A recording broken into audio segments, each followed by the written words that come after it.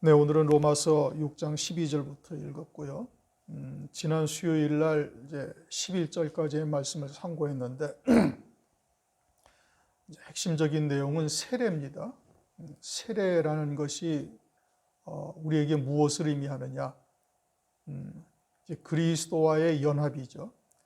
그리스도 이름으로 세례를 받았다. 그건 그리스도와의 연합을 의미하는 것이고, 그것은 곧 예수께서 십자가 위에서 죽임당하실 때 내가 죽은 것이요, 주님이 부활하심으로 우리도 이제는 부활하신 주님과 하나가 되어져 있어요. 그래서 이제는 그리스도 안에 새 생명, 부활의 생명이죠. 영원한 생명으로 사는 자가 되었다.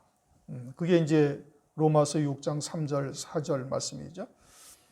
그래서 이제 오늘날 교회에서 모두가 다 세례를 받습니다. 들어온 지 이제 시간이 좀 지나고 교회가 무엇인지를 깨닫게 되어지면은 이제 여러 가지 과정을 거쳐서 세례를 받죠.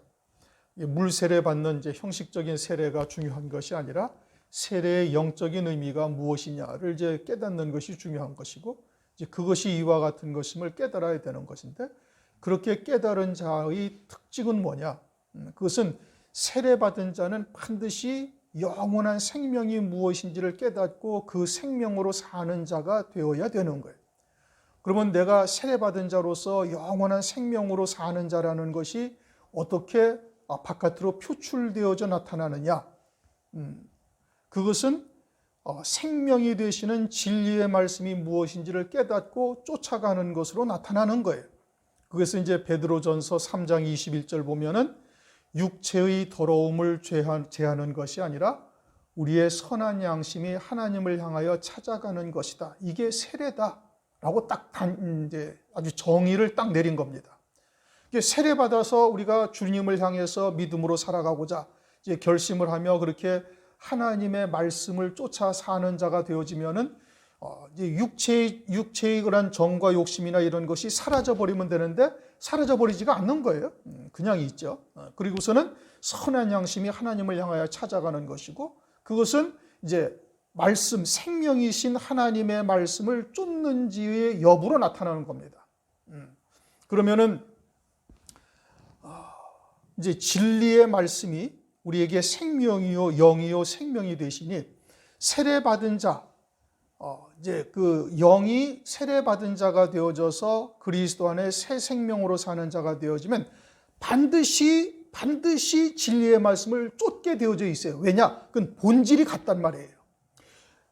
그리스도 안에 새 생명으로 사는 자는 그 영원한 생명이고, 하나님의 말씀이 또한 영원한 생명이니 이 본질이 같은 거예요. 그러니까 그건 쫓아가지 않을래야 가지 않을 수가 없게 되어져 있는 거예요. 그런데 진리가 무엇인지를 들어도 깨닫지 못하고 또 쫓지도 아니한다라는 것은 육체의 생명으로 살고 있기 때문에 그러는 거예요. 그거는 세례받은 자가 아닙니다. 신앙생활을 아무리 많이 해도 소용이 없고, 직분이 목사 아니라 목사 할아버지가 되어도 그건 소용이 없는 거예요.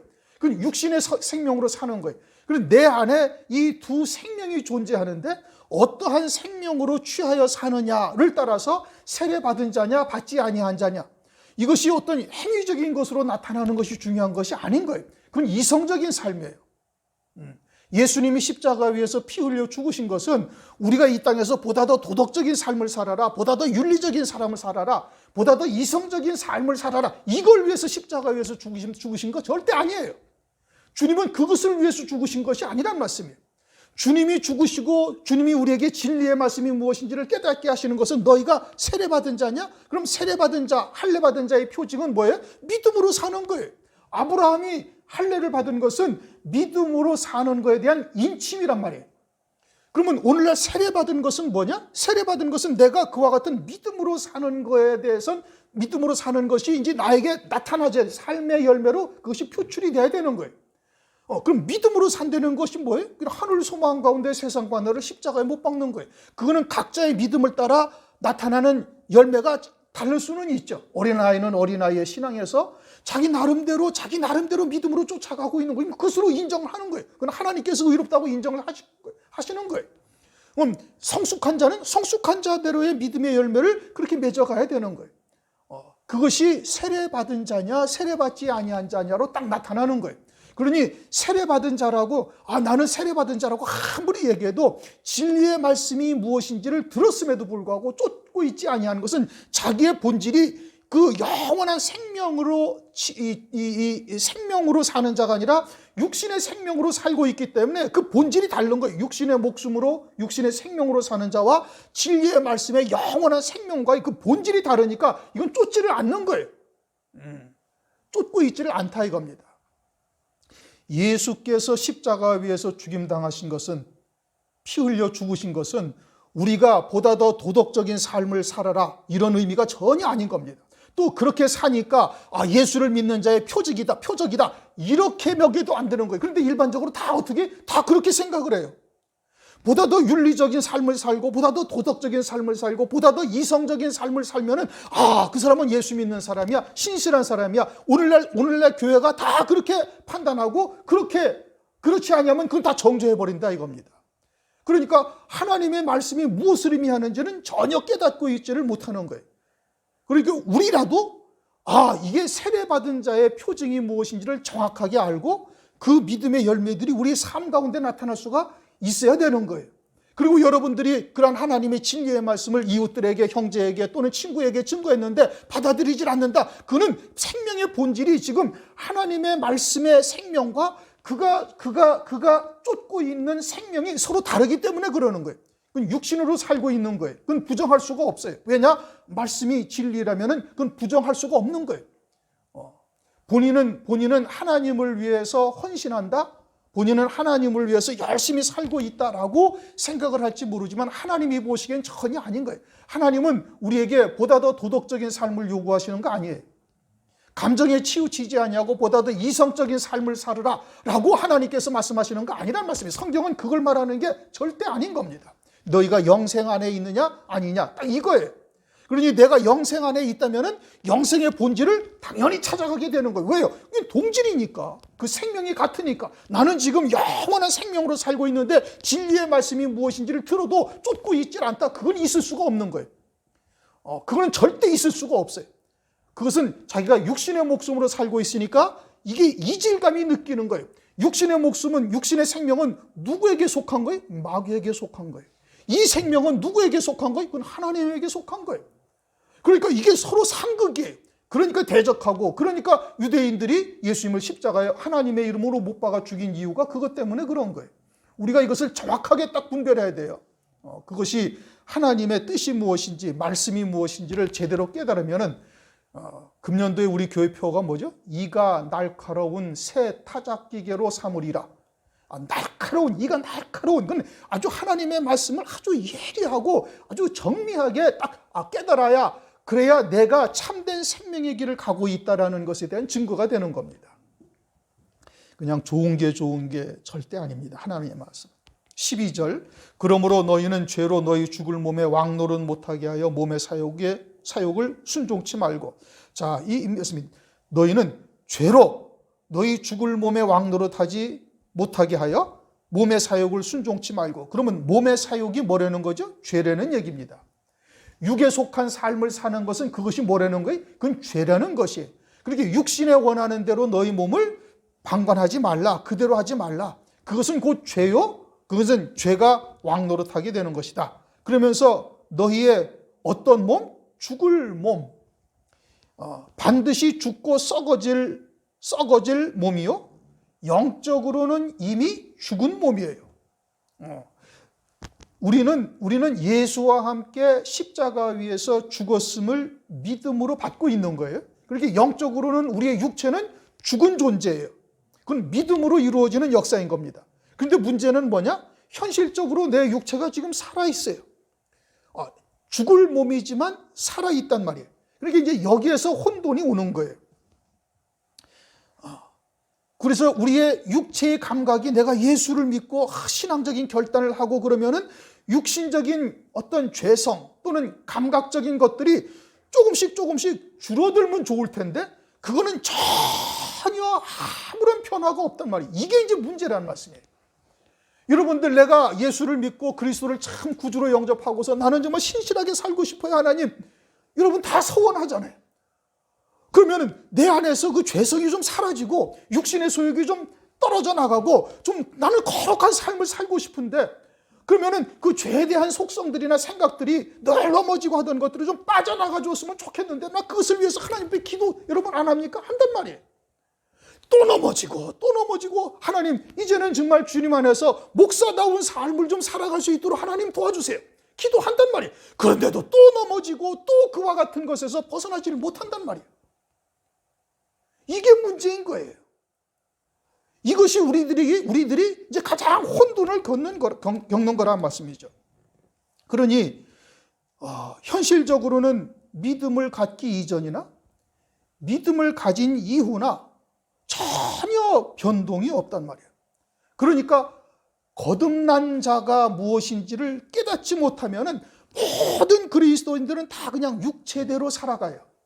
그저 보다 더 조금 더 도덕적인 삶을 살 뿐이지 영이 무엇인지를 전혀 깨닫지를 못하는 거예요. 그것은 하나님의 말씀을 통해서 우리가 세례받은 자라는 것이 무엇인지 그것은 전혀 깨닫고 있지를 못하다, 이 뜻입니다. 무슨 얘기인지 이해가 되셨습니까?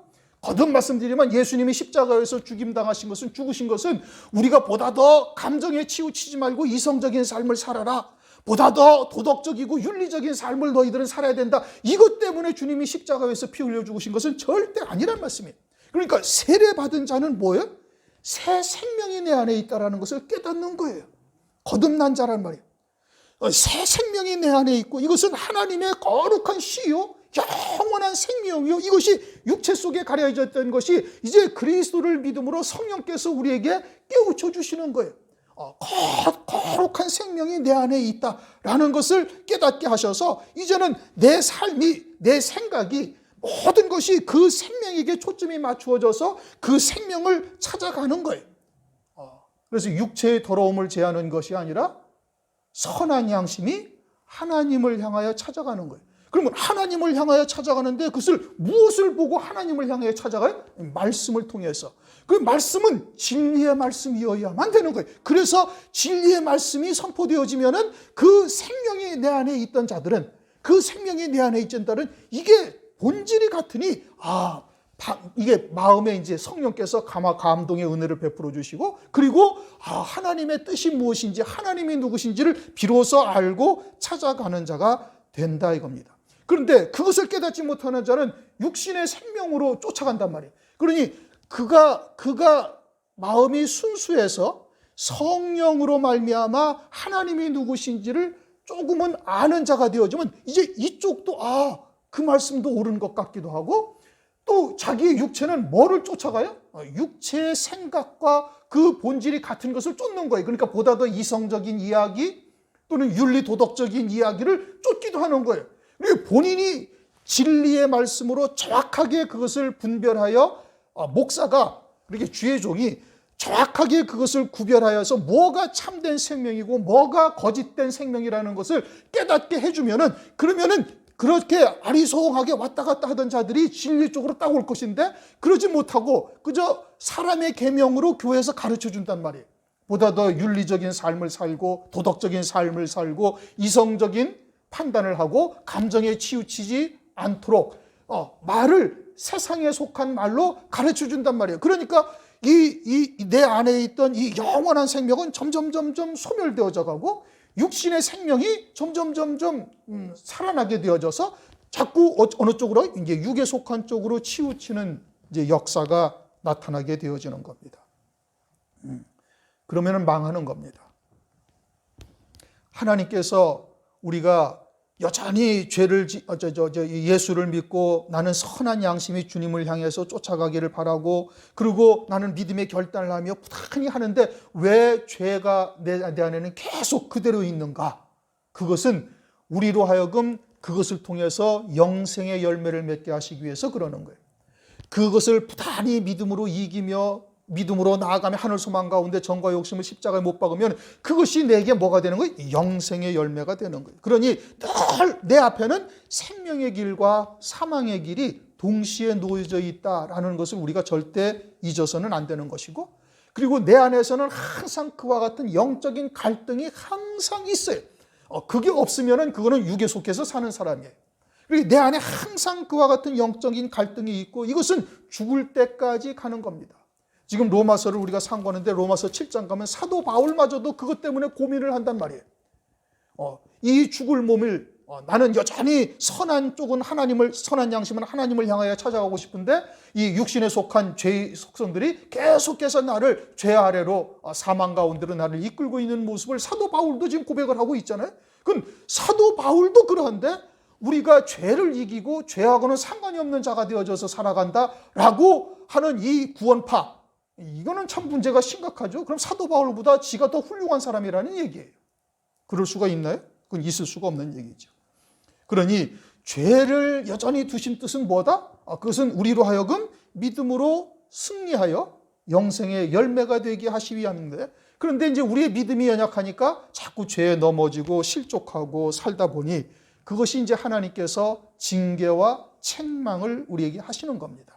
히브리서 12장 5절 이하에 말씀하고 있죠. 사생자처럼 버려두지 아니하고 아들처럼 대우하시면서 우리를 징계와 채찍으로 우리를 인도하시는 거예요. 그래서 온전한 자로 세우시는 역사를 하나님께서 이루어 가시는 것이죠. 그러므로 몸의 소욕이 나를 주장하지 못하도록 해야 되는 겁니다. 몸의 사욕에 순종치 말아야 되는 것이죠. 부단히 그런 것이 우리에게서 자꾸 일어날 때마다 예수의 이름으로 십자가에 못 박고 성령의 충만함을 하나님께 구하여야 되는 거예요.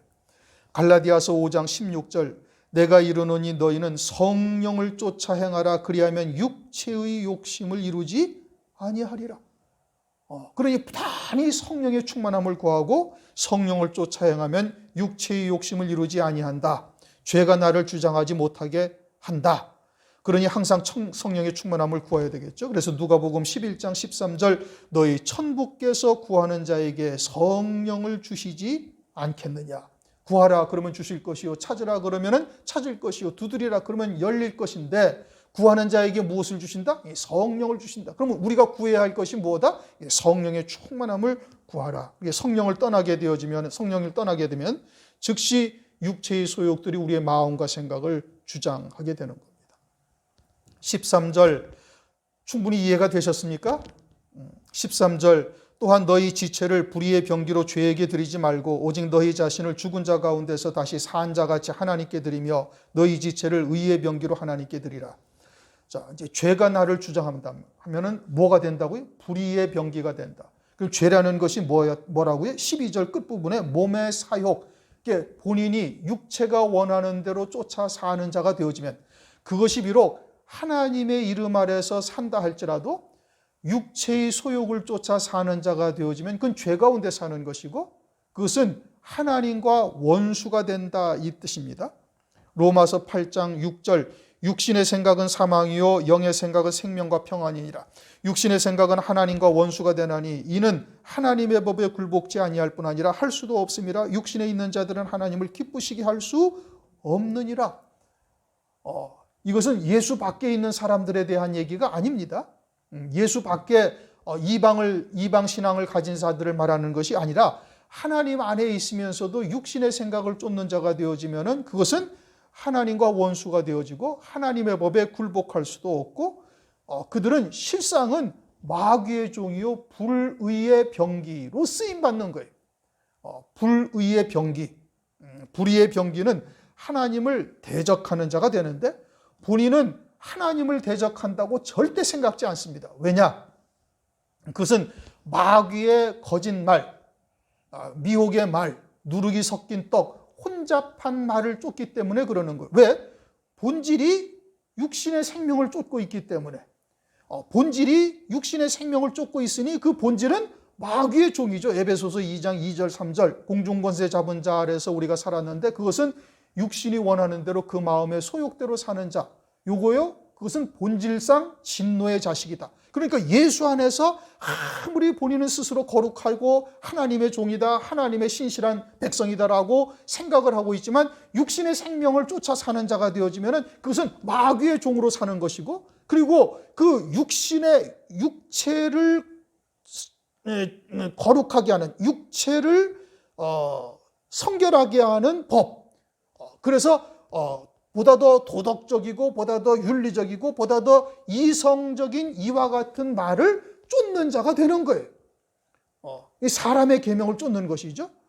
사람의 계명을 쫓으니 그것은 하나님과 원수의 자리에 있는 것이요, 하나님의 이름으로 하나님의 말씀에 굴복할 수도 없다 이겁니다. 그러면서 본인은 하나님의 이름으로 살고 있다고 생각을 하는 거예요.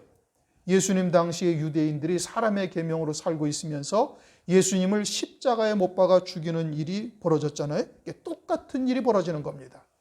그러면 장차 환난 날에 되어져서 음녀교회가 되는 자들이 누구예요? 그와 같은 자들인 거예요.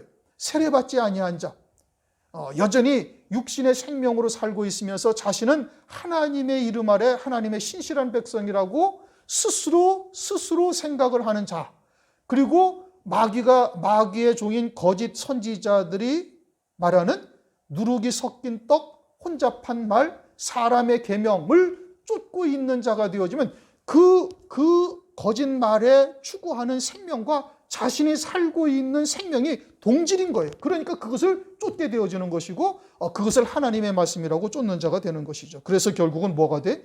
불의의 병기가 된다 이겁니다. 세례받은 자가 무엇이냐?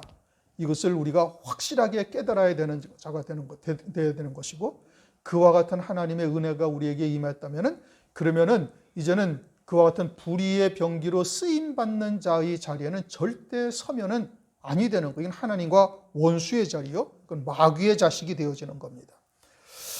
우리가 하늘에 속한 자요 영에 속한 자라면 이것은 분명하게 딱 구별할 수가 있는 겁니다. 14절, 죄가 너희를 주관하지 못하리니, 하나님께 드려진 의의 병기가 되어지면 죄가 주장하지 못한다. 이것은 죄를 짓지 않는다 이 뜻이 절대 아닙니다. 죄가 주관하지 못한다라는 것은 마귀가 주장하지 못하는 생명이다 이런 의미예요. 요한일서 5장 18절, 하나님께로서 난 자마다 범죄치 아니하는 줄을 우리가 아노라. 하나님께로서 나신 자가 저를 지키심에 악한 자가 저를 만지지도 못하느니라. 그것은 하나님의 생명은 악한 자가 만지지도 못한다 이겁니다. 왜요? 그리스도 예수와 함께 하늘에 앉힌 자가 딱 되었으니까 마귀가 감히 그 생명을 어찌하지를 못하는 거예요. 그러니까 나는 죄를 짓고 있지만 여전히 그 죄성이 사라지지 아니하고 우리의 생각과 손과 발은 때로는 그런 것을 쫓아가고 있지만 본질은 뭐예요? 본질은 영원한 생명이라는 것을 알고 있고 그 생명을 쫓아 자꾸 발걸음을 옮기며 부단히 하나님의 말씀으로 나를 깨우치고 그리고 가르치시고 생각나게 해서 인도하시고 그러면서 내 발걸음을 그나마 조금씩 옮겨가고 있는 자가 되어지면은 그러면은 악한 자가 이 생명은 만지지도 못하는 것이고 이것이 나의 참 자아가 되어져 있는 거예요. 그러니까 죄가 이 생명을 끄집어내릴 수가 없다 이겁니다. 죄가 주관하지 못한다 이런 뜻이죠. 죄가 주관하지 못한다라는 것은 그것은 마귀가 주관할 수가 없다 그런 의미입니다. 이는 너희가 법 아래 있지 아니하고, 법 아래 있다라는 것은 율법이죠. 율법 아래 있지 아니하고 은혜 아래 있음이니라. 우리는 율법으로 쫓아 구원을 받은 자가 아니고 율법에 하나님의 다른 의이신 예수 그리스도를 믿음으로 말미암아 구원받는 거예요. 예수 그리스도로 믿음으로 말미암아 구원받은 우리가 다시 율법의 어떠한 조항이든 충족을 시켜야만 이 구원이 온전해지는 것이냐? 그게 아니란 말씀이에요. 이것은 이제 충분히 설명을 드렸어요. 완전한 별개의 것이에요. 율법을 쫓아 하나님처럼 율법을 지켜 행하면 그게 의로운 것이고, 또 하나는 율법 이외에 또 다른 하나님의 의이고, 이거는 예수 그리스도를 믿음으로 있는 의로움이고, 그것은 완전히 별개의 것이에요. 이것도 행해야 되고 이것도 믿어야 되느냐? 그것은 아니다 이겁니다. 그러니까 죄가 완전히 우리를 주관하지 못하는 것이고 율법에서 완전히 벗어난 자가 되어지는 거예요. 히브리서 10장 14절, 저가 한 제물로 거룩하게 된 자들을 영원히 온전케 하였느니라. 영원히 온전케 한 거예요. 영원히. 그런데 이제 15절 문제가 이거죠. 그런즉 어찌하리요? 우리가 법 아래 있지 아니하고 은혜 아래 있으니 죄를 지으리요. 그럼 나는 이제 새 생명 가운데 사는 자가 되어져 있고 진리가 무엇인지를 알고 나의 발걸음을 그곳으로 조금씩 옮기고 있으니 이제는 죄를 내가 짓는다 할지라도 이제는 지옥 갈 염려가 없으니 그럼 내가 죄를 지을 것이냐? 그럴 수가 없다 이겁니다. 왜 그럴 수가 없는가? 내가 하나님의 사랑이 무엇인지를 깨달은 자가 되어지면 이와 같이 죄 가운데 사는 자로 갈 수가 없는 거예요. 우리가 요즘 히브리서를 상고하면서 이제 저도 새롭게 은혜를 더 받죠. 하나님은 거룩하시고 영화로우시되 아주 홀로 자충족하시는 영광이셔요. 그렇게 사람이 나중에 하늘에 올라가서 하나님의 자녀들이 하나님께 영광을 돌려야 하나님의 영광이 온전해지는 것이 아니다 이겁니다. 하나님은 홀로 스스로 영화로우시며 가까이 하지 못할 빛에 거하시는 하나님이신 거예요. 그런데 하나님께서 기쁘신 뜻을 정하시고 자기의 백성들로 그와 같은 하나님의 영광 중에 사는 자, 영생을 누리는 자로 세우시기 위해서 하나님께서 이 땅에 육신을 입고 오셔가지고 피 흘려 속죄 구원 그리고 부활하셔서 그와 같은 영광의 자리에 이를 수 있도록 우리에게 은혜를 베풀고 계시는 거예요. 그것은 우리의 어떤 행위나 또는 우리의 어떤 요구가 있었던 것도 아니요. 그저 하나님의 기쁘신 뜻대로 우리를 사랑하시고 우리에게 은혜를 베풀어 주시고 긍휼히 여겨 주신 거예요. 우리는 여전히 벌레 같고 구더기 같은 인생이요. 그저 그 더러운 곳에서 헤어나지 못하고 또 들어가고 하는 것이 우리들의 인생인데 그러한 우리들을 하나님께서는 하나님의 영광에 영원히 거할 수 있도록 은혜를 베풀고 계시다 이겁니다. 그러한 하나님의 사랑을 우리가 제대로 깨닫는다면 우리가 죄 가운데 우리가 다시 갈 수가 없다. 하늘에 속한 자라면 그건 당연한 것이에요. 물론 육체를 입었으니까 순간 실수할 수는 있죠. 그러나 하나님께서는 그러할 때 곧장 그것이 무엇인지를 깨닫게 하시고 회개하게 하시고 그리고 돌이키게 하시는 은혜를 우리에게 베풀어 주신다 이겁니다. 16절 너희 자신을 종으로 들여 누구에게 순종하든지 그 순종함을 받는 자의 종이 되는 줄을 너희가 알지 못하느냐? 혹은 죄의 종으로 사망에 이르고 혹은 순종의 종으로 의에 이르느니라. 거듭 말씀드리듯이 내 앞에는 항상 생명의 길과 사망의 길이 항상 놓여 있는 거예요. 어떤 것을 내가 선택할 것이냐? 그것은 각자의 신앙이요, 각자의 맡겨진 몫이에요. 그러나 그 결과는 완전히 하늘과 땅 차이다 이겁니다. 죄에게 다시 말하면 몸의 소욕대로 사는 자가 되어지면은 비록 하나님의 이름 아래에 있다 할지라도 그것은 사망에 이르고 영원한 생명이 즉 선한 양심이 하나님을 향하여 찾아가는 자가 되어지면은 그것은 영생에 이르게 되어지는 거예요. 사망에 이른다 해서 지옥 간다는 뜻은 아니죠. 음부의 고통 중에 있게 되어질 것을 말씀하고 있는 겁니다. 누가복음 16장 호화로이 연락하던 부자가 그러한 겁니다. 죄 가운데 거한 자의 결말이죠. 17절 하나님께 감사하리로다 너희가 본래 죄의 종이더니 이건 예수 밖에 있을 때는 말할 것도 없고 예수 안에 있으면서도 하나님의 온전하신 뜻이 무엇인지를 깨닫지 못하고 진리가 무엇인지를 알지 못하고 육체로 사는 자가 되었을 때는 역시 죄의 종인 겁니다. 이게 죄에 거하는 자가 되어져서 그 열매는 사망이죠. 죄의 종이더니 너희에게 전하여 준 바 교훈의 본을 마음으로 순종하여. 어떤 교훈? 세례의 교훈이에요. 로마서 6장 3절 4절 말씀인 겁니다. 예수 그리스도의 이름으로 세례받은 것을 말씀하고 있는 것이죠. 그것을 마음으로 순종했다라는 것은 믿음으로 하나가 되었다.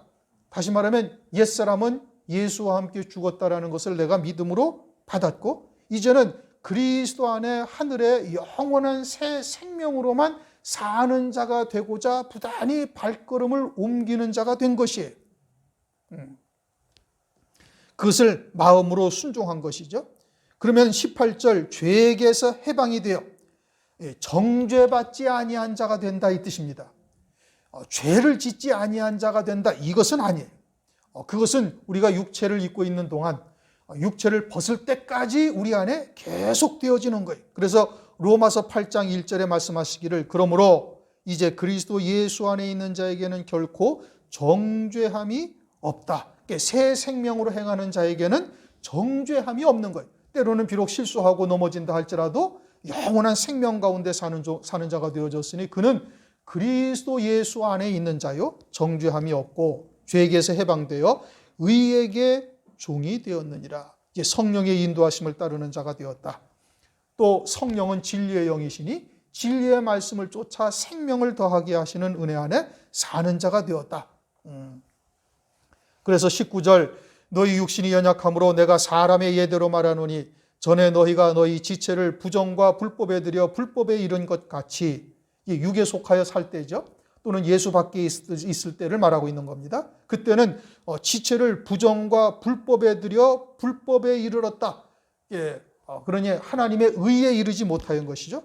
이제는 너희 지체를 의에게 종으로 들여 거룩함에 이르라. 의에게 종으로 드린다.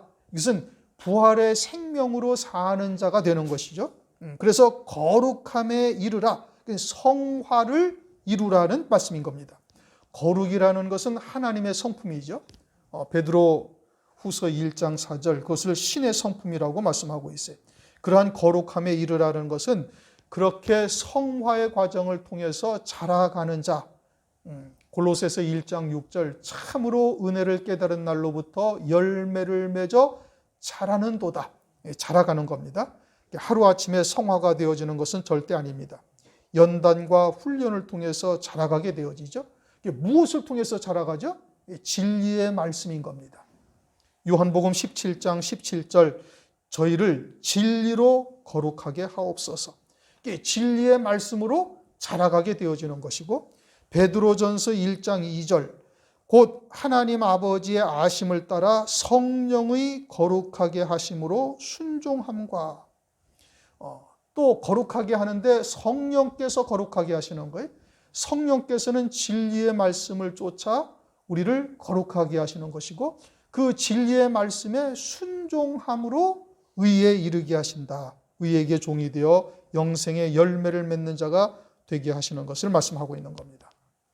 20절 너희가 죄의 종이 되었을 때는 의에 대하여 자유하느라. 죄의 종이 되었을 때는 죄가 이끄는 대로 사는 자가 되었던 것이죠. 육체의 소욕대로 사는 자가 되었던 것입니다. 하나님의 이름을 부르고 있지만 실상은 자기의 이성 또는 세상의 어떤 순리, 이치 이런 것을 따랐던 것이죠. 그때는 의에 대하여 자유했다. 그런 진리의 말씀을 쫓아 영생의 열매 맺어야 할 의무가 그때는 없었던 거예요. 그러나 하나님의 의에게 드려진 자가 되어지면 이제는 진리의 말씀을 쫓아 성령의 인도하심을 따라 살아야 할 의무가 우리에게 있는 겁니다. 고린도후서 5장 15절 말씀하고 있죠. 주님께서 우리를 위하여 대신 죽으시고 살아나신 것은 이제 우리가 우리 자신을 위하여 살지 아니하고 죽었다가 다시 사신 자 그리스도를 위하여 살게 하려 함이라. 그것은 우리에게 주어진 의무예요. 몫이에요. 이제는 진리의 말씀을 쫓아 살아야 된다. 성령의 인도하심을 따라 살아가야 되는 것이죠. 그것이 종된 자의 도리인 겁니다.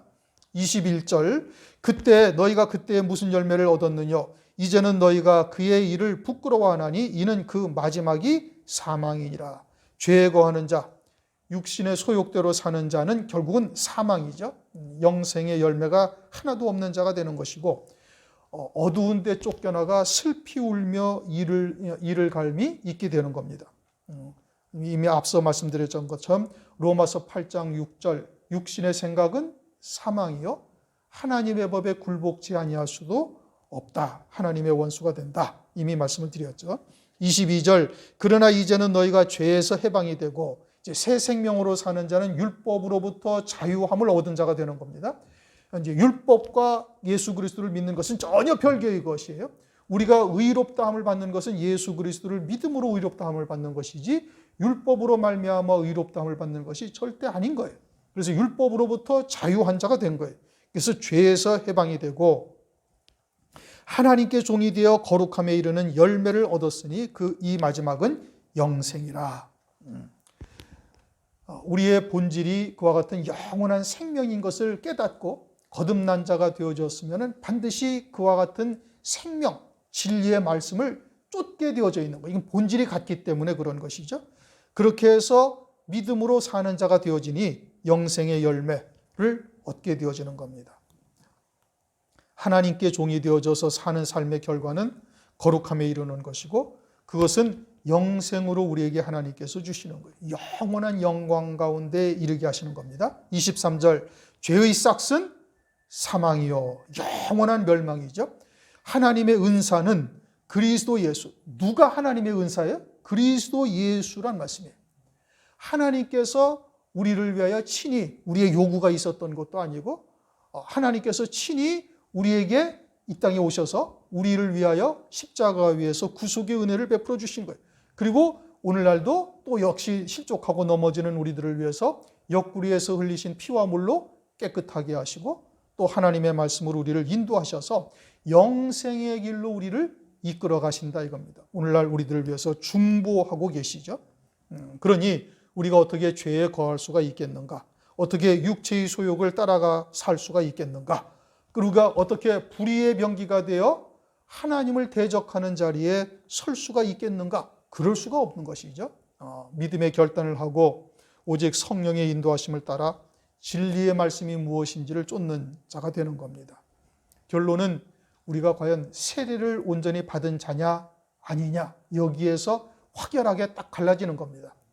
세례를 받은 자가 딱 되어지면은 이제 점진적으로 의의 병기가 되어져서 영생에 이르는 길로 우리가 쫓아갈 수가 있는 것이고, 세례받지 아니한 자는 자신은 하나님의 이름을 쫓아 믿음으로 살고 있다고 이야기하지만 거짓 선지자의 미혹의 말, 누룩에 섞인 떡, 사람의 계명이 그의 본질과 동일하니 그것을 쫓을 수밖에 없는 것이고, 그 결과는 사망이요 영원한 멸망에 처해지는 거예요.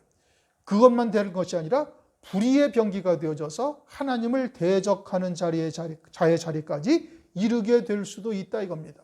그래서 환난 날에 그들이 뭐가 돼? 음녀교회가 되어져서 이제 하나님을 대적하는 자리에까지 서게 되어지는 것이죠.